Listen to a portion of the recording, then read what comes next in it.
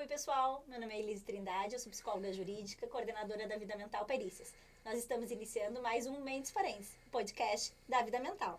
Estou hoje com a Isabela aqui. Isabela, te apresenta pra gente. Bom, meu nome é Isabela Guiar, sou estudante de psicologia, estou finalizando aí o 10º período, me formando. Sou estagiária de psicologia jurídica na Vida Mental, atuo na equipe desde março de 2023, então estou aí completando quase 9 meses na equipe. Legal.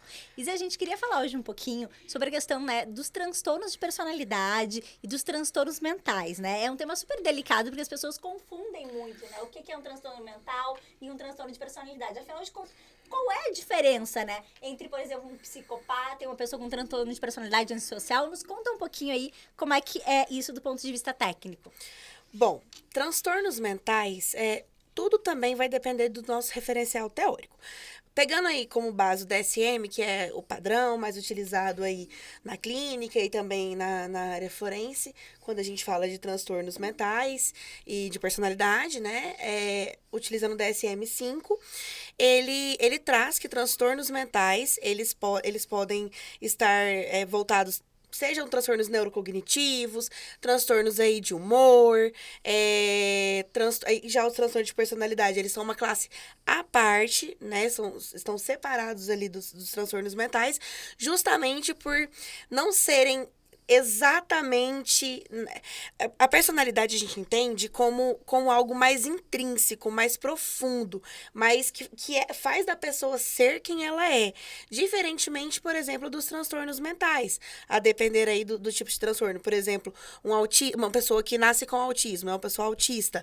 Ela nasceu, né, com o gene, com o transtorno, e a partir daí ela desenvolve, mas não necessariamente isso faz dela quem ela é. Isso delimita. É uma condição dela. É uma condição, ela porta. Acho que é legal falar, né, Isa, assim, que a personalidade, ela tem a ver com aquele conjunto de características que uma pessoa expressa. Então, o que é a personalidade de uma pessoa, né? O construto de personalidade, ele tem a ver com as características e com a forma que aquela pessoa vai se colocar no mundo. Então, eu sou uma pessoa expansiva, né? Eu sou uma pessoa comunicativa. Isso vai fazendo que seja uma característica minha, né, do meu dia a dia, e é algo que vai se construindo ao longo da vida, né? Até porque a gente, quando fala de transtorno de personalidade, tem que ser depois dos 18 anos, né? Justamente porque a gente precisa desse tempo. Porque antes dos 18 anos, a gente entende que a personalidade tá em formação ainda, se desenvolvendo. Sim. Então, quando a gente fala, assim, da personalidade, a gente tá falando como se fosse do tempero da pessoa, né?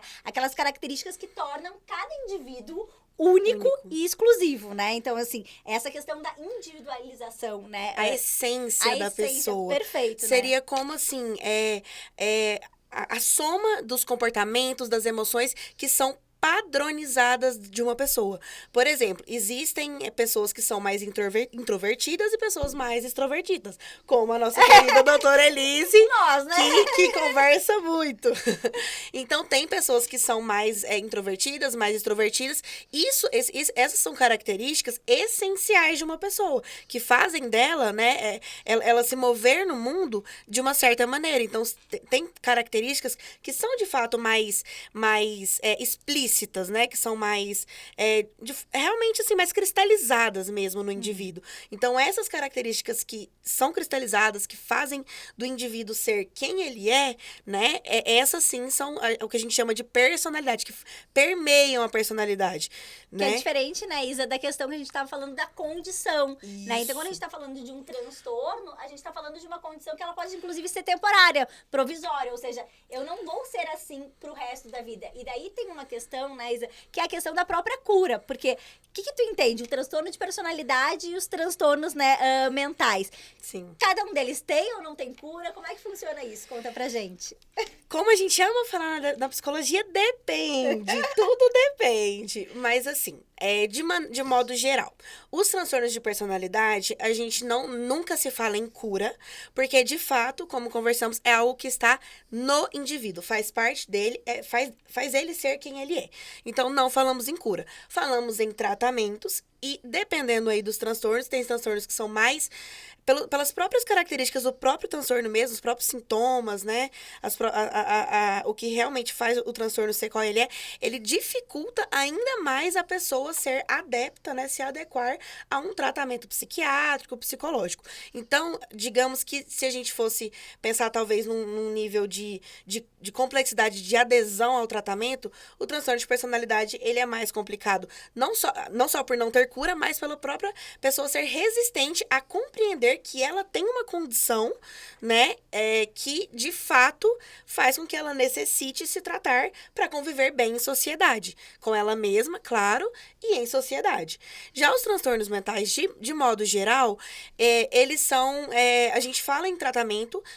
Não falamos também ali na palavra cura, porque é bem delicado a gente falar... A remissão, né? Exato. A remissão. Uma remissão do quadro, né? Que são estágios aí do quadro, do quadro psíquico da pessoa que vai passando ao longo do tempo.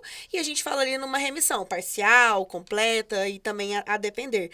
Mas aí a gente costuma dizer que nos transtornos mentais, esse tratamento, ele é mais viável, né? Ele é mais... As pessoas costumam aderir mais ao tratamento, ser mais flexíveis, de fato, por exemplo, a psicoterapia, a farmacologia no sentido da psiquiatria também, né? Fazer avaliação, medicação, que também é um aliado muito importante, né? Não só a psicoterapia, mas anda ali junto, né? Concomitante. Então, seria mais ou menos nesse sentido. Isso a gente estava falando aí dos transtornos de personalidade, né? Mas assim, me dá um exemplo de transtorno de personalidade. Vamos conversar de quais são os que existem, os mais comuns, ou os que a gente trabalha mais, né? Lá na vida mental, para a gente explicar pro pessoal um pouquinho. Bom, eu vou falar de 2 transtornos que eu acho que vai ser legal de fazer essa comparação. Por exemplo, o transtorno afetivo bipolar, que é um transtorno mental, e o transtorno de personalidade borderline, que são muito confundidos, inclusive dentro dos próprios profissionais de saúde mental, porque realmente é difícil o diagnóstico. O diagnóstico não é simples. O diagnóstico diferencial nesses casos, né, que é o que a gente usa para determinar se uma pessoa tem o transtorno A ou o transtorno B, a gente usa os diagnósticos diferenciais, que estão nos próprios manuais, né? Sim. Só que a sutileza, né, muitas vezes, mesmo para quem tem muita experiência, é bastante difícil, né? Sim. Porque a gente tem que fazer uma avaliação muito aprofundada. Então, até por isso que os diagnósticos, eles nem sempre, né, são diagnósticos fechados. Às vezes a gente pega um cliente que ele tem lá 4, 5, 6, 7 diagnósticos diferentes Sim. ao longo da vida. E não necessariamente é que aquele profissional errou o diagnóstico, né? Mas talvez não tenha aí algo investigado, ou até a própria mudança que vai acontecendo, e os diagnósticos também vão se alterando, né, ao longo da vida, que também pode acontecer, Sim, né? Com certeza. Mas então tava falando, te interrompi, do transtorno de humor bipolar e do borderline. Como é que é a diferença? Isso. Por exemplo, nesses 2 que são bastante confundidos. Primeiro ponto, o transtorno afetivo bipolar é um transtorno de humor, né? Não é um transtorno mental, é um transtorno de humor, porém está ali mais próximo ali, né, na classe dos transtornos mentais, mas é um transtorno de humor. O DSM, ele diferencia os transtornos mentais, os transtornos de humor dos transtornos de personalidade. O transtorno afetivo bipolar, ele principalmente, assim, ele é caracterizado por fases, justamente por ser bipolar. Então, a gente fala a fase da depressão, que é a fase lá, né, o humor rebaixado, tristeza profunda, né, sentimentos de desvalia, e a gente pode ter ali a fase hipomaníaca também, que a pessoa fica no meio termo, mas mais ali próxima da mania do que da depressão. Então, a pessoa fica hipomaníaca, então ela passa um período bem, se sentindo bem, né, achando que é muito bom, tudo maravilhoso. E a fase maníaca, que é exatamente o oposto da depressão. É o outro polo do humor. Então, a pessoa, ela fica extremamente agitada, a pessoa, ela fica impulsiva, grandiosa, acha que pode tudo, que é o super-homem, gasta mais do que deve, né? Apresenta comportamentos mais hipersexualizados. Sim, não costuma nem prever riscos, né? Fica brava, assim, né? Irritável, isso. Então, assim, são polos muito, muito, muito distantes um do outro e que é notório, inclusive por qualquer pessoa, pela população mesmo, é possível visualizar, né, nesse sentido. Já o transtorno de personalidade bipolar, também tem muito, os sintomas podem ser bastante parecidos com a pessoa na fase ali maníaca, mas é mais notório porque na bipolaridade existem fases muito muito determinadas. No borderline, é mais complicado, porque a pessoa costuma mudar o seu próprio humor mesmo em vários momentos do dia. Então, a pessoa ela pode acordar extremamente feliz, nossa, que dia maravilhoso, tudo é lindo, maravilhoso, e algo assim, mínimo acontecer e faz ela virar outra pessoa. Você vê, às vezes até o tom de voz da pessoa muda quando ela sai de uma fase do humor para outra. Então é algo mais... Essa instabilidade, ela é mais marcada, É né? muito mais marcada. Eu me lembro que uma vez eu atendi, né, uma adolescente que tava, né, ainda não era diagnosticada como borderline, justamente por ser uma adolescente, né? Mas que é engraçado que a gente tava conversando na consulta e ela tava assim, conversando, ai, não sei o quê, né? E ela disse, começou, ai, que legal, como tá bonita, e elogiando, assim, mas uma coisa até exagerada, né? E eu ali sentindo, e daí eu falei, tá, mas por que tu tá fazendo isso? E ela se sentiu ofendida com a minha pergunta, e daí, porque eu te odeio? Porque... Gente, assim, parecia que tinha mudado uma chave, que de fato era uma outra pessoa que tava ali, né? Assim, chega a ser característico, assim, essa questão da intempestividade, que eu acho que é, né? Se a pessoa fica completamente intempestiva, a gente parece que veio um furacão do nada e desorganizou e alterou, né? E com condutas muito opostas, de uma forma muito rápida, muito explosiva mesmo. E né? desproporcionais ao contexto. Claro. Na maioria das vezes, igual nesse caso, né? Uma simples pergunta que pessoas que não são que não possuem um transtorno, né, ou são saudáveis, provavelmente não agiriam dessa maneira, né? Sairiam de uma maneira mais saudável, mais funcional, adaptativa dessa situação. Então, essas pessoas, elas não conseguem, na maioria das vezes, ter o controle de si mesmas, né? E aí tem uma questão muito importante também, a perturbação da identidade, né? Em pessoas borderline, elas se reconhecerem enquanto indivíduos. Então, isso também gera um sofrimento muito intenso, a dificuldade nas relações interpessoais, justamente, né? Por serem pessoas que oscilam, né, durante o dia várias vezes. É muito complicado tanto para a pessoa que possui, né, o borderline, quanto para o ciclo social. Com quem convive com eles. E agora, Isa, vamos falar assim, né? A gente gosta muito da área do crime, então vamos falar um pouquinho do nosso queridinho, né? Que é a psicopatia, os transtornos de personalidade antissocial. Conta pra gente aí quais são as diferenças e as classificações. Certo. Bom, depende do referencial teórico, novamente. Se a gente for pegar o DSM-5, lá ele classifica o transtorno de personalidade antissocial como o que antigamente era chamado de sociopatia e psicopatia. Ou seja, o DSM diz que não existe psicopatia, que esse é um nome em desuso, que caiu em desuso, e sociopatia também caiu em desuso, e hoje ele classifica apenas como transtorno de personalidade antissocial. Porém, se a gente for pegar um outro referencial teórico, que é o Robert Hare, que criou a escala Hare, é o maior que temos, exatamente, é o maior que temos aí, pelo menos até hoje, né? O maior que realmente investigou esse tipo de transtorno de personalidade. Ele diz que a psicopatia é diferente do transtorno de personalidade antissocial, porque é como se seria um espectro. Ele diz como se fosse um espectro, como se o transtorno de personalidade antissocial fosse um pouco mais leve do que a psicopatia, que é um transtorno muito marcante e raro. Né? Ele diz que a psicopatia, ela não é um transtorno comum. Já o antissocial é muito mais comum do que a psicopatia. Então, assim, em questão de critérios diagnósticos, são muito parecidos. A gente pega ali muito mais na questão da intensidade, da frequência dos sintomas, né? Então, é mais nesse sentido do que na própria classificação em si.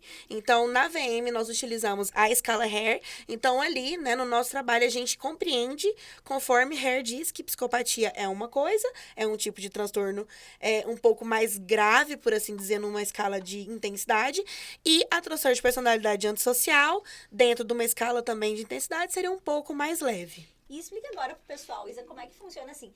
Todo psicopata, ele é um criminoso ou não? Porque essa é uma coisa que todas as pessoas pensam, né? Que todo psicopata, ele obrigatoriamente é um criminoso. Então, como é que é isso? O psicopata ou quem tem transtorno antissocial obrigatoriamente cometeu ou vai cometer algum crime? Não mesmo. Não mesmo. Isso é muito importante a gente reforçar, porque se cria um estigma muito grande e um senso comum que é perigoso, muito perigoso. inclusive dentro dos próprios profissionais da saúde, psicologia, é muito importante isso ser explicado para todo mundo, porque não são palavras que caminham juntas umas com as outras. De fato, transtornos de personalidade antissocial e psicopatia são fatores de risco para o crime. Sim, com toda certeza, sim. Porém, não significa que todo psicopata é criminoso e nem que todo criminoso é psicopata. Porque a mídia adora rotular todos os crimes hediondos. A pessoa que cometeu um crime hediondo é psicopata. Existem critérios, né? Exato. Critérios a pessoa tem que se estabelecer naqueles critérios diagnósticos para que possa ser diagnosticado dessa forma. Sim, às vezes até mesmo um crime que é claramente psicótico de uma pessoa, que a psicose e a psicopatia, elas são completamente opostas, não tem nada a ver. Mas é mais fácil a gente rotular uma pessoa que cometeu um crime como psicopata, né, e colocá-la ali na caixinha das pessoas ruins, mental, né? Do que num doente mental. Então, de fato, é mais fácil para a sociedade e para a mídia fazer dessa forma, porque é mais fácil de lidar. E isso que tu falou porque a gente falou da psicopatia, né, em relação a nem todo o psicopata cometer crime, vale para pedofilia também? Com certeza. Pedofilia não necessariamente... Nem todo pedófilo é estuprador. E nem todo estuprador é pedófilo. Até mesmo nem todo estuprador de criança necessariamente é pedófilo. Justamente pelo que você trouxe, doutor. Existem critérios. Então, se a pessoa... Se o indivíduo que de fato cometeu um estupro contra uma criança, né? Se a gente fizer uma avaliação psicológica nele e pegar ali os critérios de pedofilia, né? Que é uma parafilia sexual, e a gente colocar ali os critérios e ele não se encaixar ali, muito provavelmente ele pode ter cometido esse crime pela vulnerabilidade da criança, por ser mais fácil assim, né, no sentido da pessoa, da criança não conseguir resistir naquele momento. Então, seria mais por esse viés. Mas sim, também temos pessoas que têm pedofilia, e é importante a gente falar que não são só homens, apesar de ser a grande maioria, de fato, e estatisticamente a maioria são homens, mas também existem mulheres pedófilas, né? Isso é algo que não é falado e deveria ser falado. E a partir disso, né, a gente vê a pedofilia, a gente pode sim caracterizar a pessoa com um transtorno de pedofilia ou com uma parafilia sexual, que é a pedofilia, que também ali no DSM a gente vai ter umas diferenciações. Mas acontece, né, por exemplo, assim, da pessoa ter a estrutura, né, pedofílica no sentido de ter desejo sexual por alguém que é menor, por crianças, mas nunca ter cometido nenhum tipo nem de abuso, nem de compartilhamento de foto, porque isso fica a nível do desejo interno, isso não sai, assim, isso não é uma prática, não é uma prática, né? Então as pessoas podem ter isso de alguma forma, ou seja, não conseguirem até se relacionar com pessoas adultas, né, por questões de outros transtornos às vezes associados, né, mas de fato nunca cometer uma prática sexual envolvendo criança, por exemplo, né? Fica no campo da fantasia e a pessoa não chega a cometer.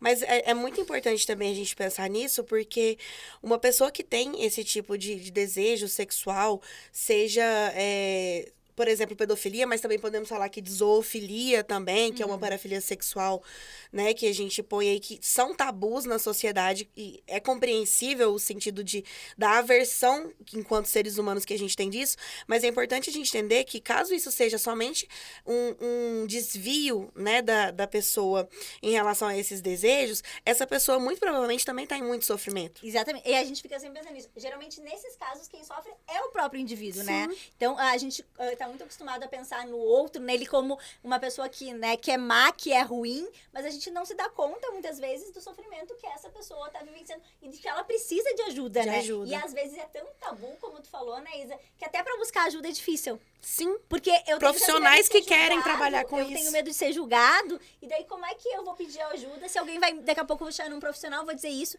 e ele vai me julgar, vai me rotular, e isso vai me trazer, né, um constrangimento maior do que já é pra mim, naturalmente, que tem esse transtorno, por exemplo, né? Então, exatamente. Isso é muito, muito delicado. Isa, muito legal poder falar contigo sobre esses temas. Acho que a gente, assim, aqui fez alguns esclarecimentos bem importantes, né? Pra quem gosta e conhece a área. Então, obrigada aí pela tua participação. Eu que agradeço. Obrigada aí também, pessoal, por estarem junto com a gente, por terem nos escutado. Se tiverem alguma dúvida, alguma pergunta, podem fazer que a gente volta, eu e a Isa, pra responder assim que possível. Com certeza. Obrigada, gente.